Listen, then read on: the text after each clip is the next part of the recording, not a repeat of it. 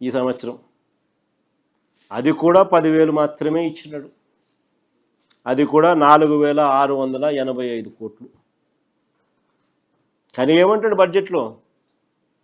నిన్న ఆ వ్యవసాయ శాఖ మంత్రి మాట్లాడుతూ, అచ్చెన్నాయుడు ఆయన మాట్లాడుతూ 6,309 కోట్లు ఇచ్చినామంటాడు, ఇచ్చేసినామంటాడు. వాళ్ళు ఇచ్చిందే 4,685 కోట్లు, 46,85,000 మందికి. ఇప్పటికే 30,000 రూపాయలు ఎగరగొట్టినాం 2 ఏళ్ళకి కలిపి. ఇది వాస్తవం అయితే బడ్జెట్లో నువ్వు 6,309 కోట్ల రూపాయలు ఇచ్చినానని చెప్పి చదువుతావు. ఎట్లా అబద్ధాలు ఆడతావు నువ్వు? ఇట్లా మోసం చేయడానికి నీకు మనసు ఎలా వస్తుంది? ధర్మమేనా నువ్వు చేసేది? న్యాయమేనా నువ్వు చేసేది? 2 ఏళ్ళకి కలిపి 53,58,000 ఇంటూ 20,000 అంటే 10,717 కోట్లు ఇంటూ 2 ఏళ్ళు అంటే 10,717 కోట్లు ఇంటూ 2. నువ్వు ఇచ్చింది ఎంత అనంటే 21,434 కోట్లకు గాను 4,685 కోట్లు. అంటే ఈ 2 ఏళ్లకే 16,749 కోట్లు బాకీ రైతులకు. ఈ ఒక్క స్కీమ్ ద్వారానే ప్రతి రైతుకు 30,000 రూపాయలు బాకీ ఈ ఒక్క స్కీమ్ ద్వారానే. అంతేకాకుండా వరుసగా 3వ బడ్జెట్లో కూడా కౌలు రైతులకు పూర్తిగా జీరో, మొండి చెయ్యి. 2 బడ్జెట్లో వారికి ఇచ్చింది 0, 3వ బడ్జెట్లో ఇప్పుడు వారికి ఇచ్చేది 0. కేంద్రం ఇవ్వకపోయినా కూడా కౌలు రైతులను వైఎస్ఆర్సీపీ మా ప్రభుత్వ హయాంలో మేము రైతు భరోసా డబ్బులు కూడా ఇచ్చి ఆదుకున్నాం. రైతులకే కాకుండా కౌలు రైతులకు కూడా ఇచ్చి కూడా ఆదుకున్నాం. వీళ్ళకే కాదు, ROFR పట్టాలున్న గిరిజనులకు పట్టాలు ఇచ్చి కూడా మరి రైతు భరోసా సొమ్ము ఇచ్చినాం. ఇప్పుడు ROFR పట్టాలు ఉన్న గిరిజనులకు కూడా కటింగ్. ఈ చంద్రబాబు నాయుడు ప్రభుత్వంలో 2 ఏళ్ళు ఇచ్చింది లేదు, 3వ సంవత్సరం ఇచ్చేది 0.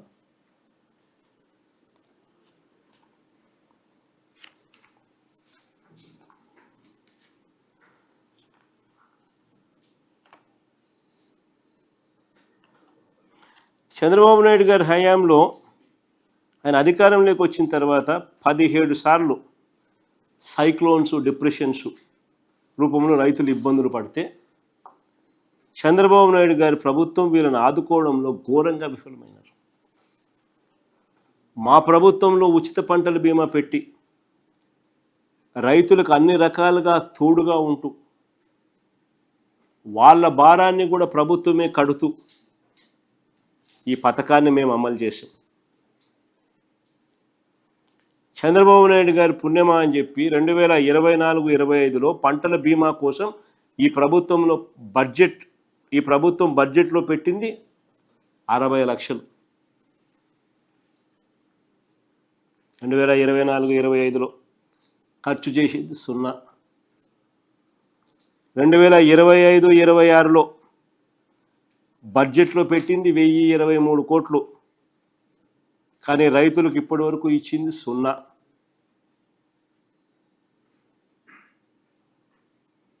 ఇక ఈ బడ్జెట్లో 2026-27 బడ్జెట్లో పంటల బీమా కింద పెట్టింది 250 కోట్లు.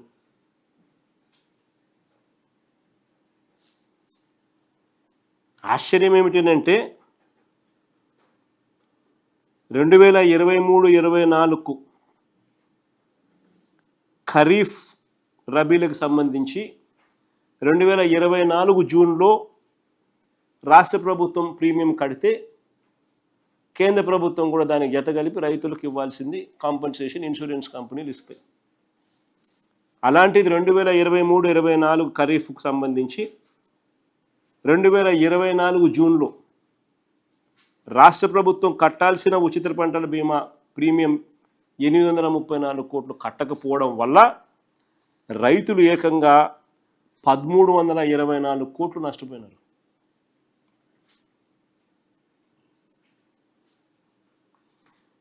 పోనీ 2024 రబీకి సంబంధించి ప్రభుత్వం ఏమైనా ప్రీమియం కట్టిందా అని అంటే అది గట్ల. చంద్రబాబు నాయుడు గారి నిర్వాకాల వల్ల 2023-24, 2024-25 వ్యవసాయ సీజన్లకు సంబంధించి ఇప్పటికే సుమారుగా 3500 కోట్ల రూపాయలు రైతులు నష్టపోయినారు ఉచిత పంటల బీమా అందుబాటులో లేకపోవడంతో. 2025-26లో మనం అంతా చూస్తూనే ఉన్నాం. మోందా తుఫాన్ వచ్చింది, దిత్వా తుఫాన్ వచ్చినాయి. ఇక 2025-26లో లెక్కేసుకుంటే ఉచిత పంటల బీమా లేకపోవడంతో పాటు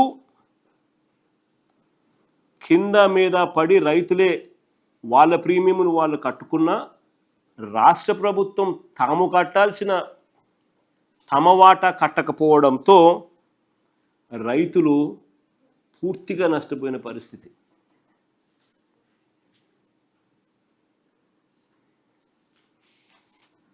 రెండు 2025-26లో 0. వైఎస్ఆర్సీపీ హయాంలో ప్రతి ఏటా క్రమం తప్పకుండా ప్రీమియం మేమే కట్టి రైతులపై ఒక్క పైసా కూడా భారం పడకుండా 5 ఏళ్లలో 54,55,000 మంది రైతులకు 7,802 కోట్లు చెల్లించిన ఇన్సూరెన్స్ ప్రీమియం. ఉచిత పంటల బీమా ద్వారా రైతులకు జరిగిన మేలు 7,802 కోట్లు. మేము కట్టిన ప్రీమియం ద్వారా రైతులు బాగుపడింది. ముందనే టేబుల్ పెడతా ఉన్నా. 7,802 కోట్ల రూపాయలు ఉచిత పంటల బీమా ద్వారా మా హయాంలో 54,55,000 మంది రైతులకు మేలు జరిగింది. పంట నష్టపోయిన రైతులకు తక్షణ పరిహారంగా ఇవ్వాల్సిన ఇన్పుట్ సబ్సిడీ విషయంలో కూడా రైతులు ఇలాంటి ఇబ్బందులే పడతా ఉన్నారు. 2025-26లో మనమంతా చూసినాం ఏ రకంగా తుఫాన్లు వచ్చినాయని. 2025-26లో కేటాయింపులు 0, రైతులకు ఇచ్చింది 0.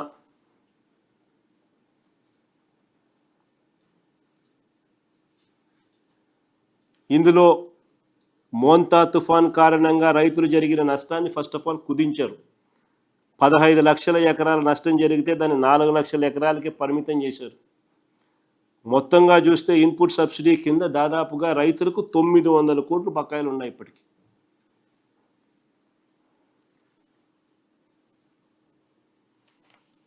ఇక గిట్టుబాటు ధరల విషయంలో రైతులకు జరుగుతూ ఉన్న అన్యాయం అంతా ఇంత కాదు. చంద్రబాబు నాయుడు గారు అధికారంలోకి వచ్చిన తర్వాత ఏ పంటకు కూడా గిట్టుబాటు ధర లేదు. వాస్తవానికి 2 ఏళ్లలో రైతన్నకు గిట్టుబాటు ధర సంగతి దేవుడెరుగు, కనీసం ఎంఎస్పి కూడా రాని పరిస్థితి. వరికి క్వింటాలకు 2,369 అయితే క్వింటాలకు ఏ రైతు కూడా కనీసం అంటే 300 రూపాయల నుంచి 400 రూపాయలు తక్కువకు అమ్ముకున్న పరిస్థితి. కానీ ధాన్యం కొనుగోలు విషయంలో వీళ్ళు గొప్పగా చేస్తున్నట్టుగా చెప్పుకుంటున్నారు. వీళ్ళ పుణ్యమా అని చెప్పి గతంలో ఈ క్రాప్ పెట్టి ఆర్బీకేల ద్వారా ప్రతి రైతుకు కూడా గిట్టుబాటు ధరలు వచ్చేట్టుగా కొనుగోలు చేస్తూ ఎంఎస్పి ఇవ్వడమే కాకుండా GLT gunny bags, labour, transport ద్వారా ప్రతి ఎకరాకు ప్రతి క్వింటాల్కు అదనంగా 252 రూపాయలు మా ప్రభుత్వ హయాంలో మేలు జరిగేది. ఈరోజు రైతులు దళారీలకు అమ్ముకునే పరిస్థితి పుణ్యాన ప్రభుత్వం కొనుగోలు చేసే కార్యక్రమం నుంచి ఆర్బీకేల ద్వారా కొనుగోలు చేసే కార్యక్రమం నుంచి పక్కకు తప్పుకోవడం వల్ల ప్రతి రైతుకు కూడా 300 నుంచి 400 రూపాయలు తక్కువకు అమ్ముకోవాల్సిన పరిస్థితి. ఆశ్చర్యం ఏమిటంటే అసలు మా ప్రభుత్వం హయాంలోనే వెంటనే డబ్బులు ఇచ్చే సంస్కృతి మా ప్రభుత్వ హయాంలో మేము తీసుకొచ్చింది. 21 రోజుల లోపల కొనుగోలు చేసిన 21 రోజుల లోపల డబ్బులు ఇచ్చే కార్యక్రమం శ్రీకారం చుట్టింది మా ప్రభుత్వ హయాంలో. ఇన్ఫ్యాక్ట్ వీళ్ళు గతంలో 960 కోట్ల రూపాయలు బకాయిలు పెడితే ఆ బకాయిలు మేము క్లియర్ చేసినాం ధాన్యం కొనుగోలు. అదేదో వీళ్ళు గొప్పగా వీళ్ళు ఏదో ధాన్యం కొనుగోలు చేసేదానికి ఏదో వీళ్ళు డబ్బులు 2 వారాల్లో ఇవ్వడం ఏదో గొప్పగా అని చెప్పి వీళ్ళు చెప్పుకుంటా ఉన్నారు. అసలు వీళ్ళు ధాన్యం కొనుగోలు అనేది రైతులకు ఇవ్వడంలా, రైతుల దగ్గర నుంచి ఫస్ట్ మిల్లర్లు కొంటున్నారు, మధ్యవర్తులు కొంటున్నారు. ఆ మిల్లర్ల దగ్గరికి వెళ్ళిన తర్వాత మిల్లర్లు 2 వారాలకు అప్లోడ్ చేస్తూ ఉన్నారు. అప్లోడ్ చేసిన తర్వాత కానీ రైతులకు అప్లోడ్ చేసిన తర్వాత కానీ డబ్బులు రిలీజ్ కావడంలా. రైతుల దగ్గర నుంచి కొనుగోలు చేసిన తేదీ నుంచి కాదు డబ్బులు ఇచ్చేది, మిల్లర్లు అప్లోడ్ చేసిన తేదీ నుంచి ఇస్తున్నారు. ఇక ఏ పంట తీసుకున్నా కానీ మొక్కజొన్న, అరటి, కొబ్బరి, కందులు, మినుములు, పెసలు, శనగలు, సజ్జలు, మిర్చి, టొమాటో, చీనీ, పత్తి ధరలు పూర్తిగా పడిపోయినా కూడా ఆ రైతును ఆదుకునేందుకు ఈ ప్రభుత్వం విధించింది చెనిక్కాయలకు బెల్లానికి కూడా సరిపోవడం. అంత దారుణంగా రైతుల జీవితాలతో ఆడుకుంటూ ఉంది. ఇప్పుడు కూడా యాజ్ వి స్పీక్ శనగ రైతులకు రేట్ లేక అగసాట్లు పడతా ఉన్నారు. 5,000 రూపాయలు కొనుగోలు చేసేవాడు లేడు. 5,800 రూపాయలు ఎంఎస్పీ, 5,875 రూపాయలు ఎంఎస్పీ రేటు. కానీ ఈరోజు 5,000 రూపాయలకు రైతులు తెగ అమ్ముకుంటున్నారు. మా హయాంలో 8,000 రూపాయలకు మార్కెట్ ఇంటర్వెన్షన్ ఫండ్ ద్వారా మేము కాంపిటీషన్ క్రియేట్ చేసి 8,000 రూపాయలకు రేట్లు పెంచి రైతులకు మేలు జరిగించేట్టుగా చేసినాం. అది ఈరోజు రైతుల పరిస్థితి.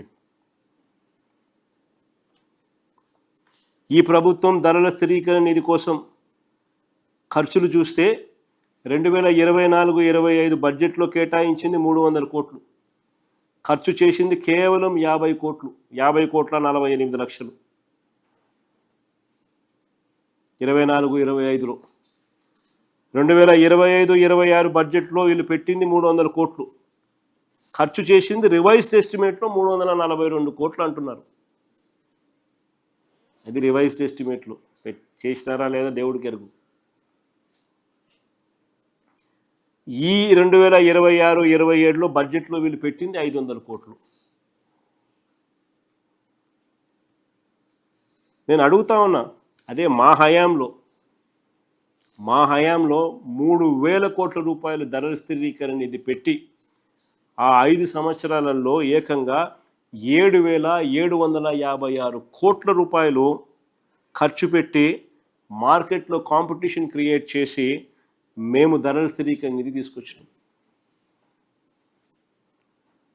ప్రతి ఆర్బీకేలోనూ కూడా ఈ పంటకు ఇది గిట్టుబాటు ధర అని చెప్పి ఏకంగా పోస్టర్లు తగిలిచ్చేవాళ్ళం. ఆ రేటు కన్నా పడిపోతే వెంటనే ఆర్బీకే అలర్ట్ చేసేది. ఆ ఆర్బీకేలో పనిచేస్తూ ఉన్న RBK assistant, agricultural graduate student వెంటనే అలర్ట్ చేసేవాళ్ళు. సీఎం యాప్ అనే ఒకటి ఉండేది, continuous monitoring of agricultural price and produce అని, వెంటనే యాక్టివేట్ అయ్యేది. Joint collector was made Markfed joint MD. వెంటనే joint collector react అయ్యేవాడు.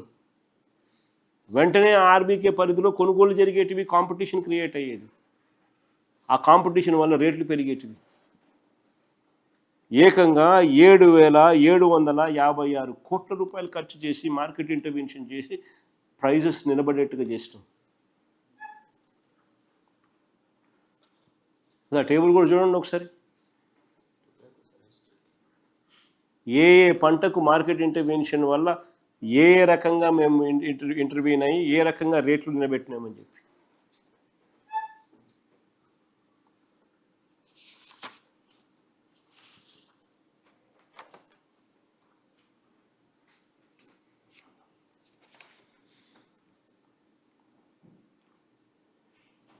Chandrababu Naidu గారు ఉద్దేశపూర్వకంగా వ్యవసాయ రంగాన్ని నిర్లక్ష్యం చేస్తూ ఆయన క్రియేట్ చేసిన ఈ సంక్షోభం వల్ల, ఆయన క్రియేట్ చేసిన సంక్షోభం అని చెప్పి నేను కేటగారికల్గా చెప్తా ఉన్నా. ఎందుకంటే ఒక పద్ధతి ప్రకారం ఆర్బీకేలో నిర్వీర్యం చేశాడు, ఒక పద్ధతి ప్రకారం ఈ క్రాప్ను నిర్వీర్యం చేశాడు, ఒక పద్ధతి ప్రకారం దళారీ వ్యవస్థను తీసుకొచ్చినాడు. ఇవన్నీ మ్యాన్మేడ్ బ్లండర్స్.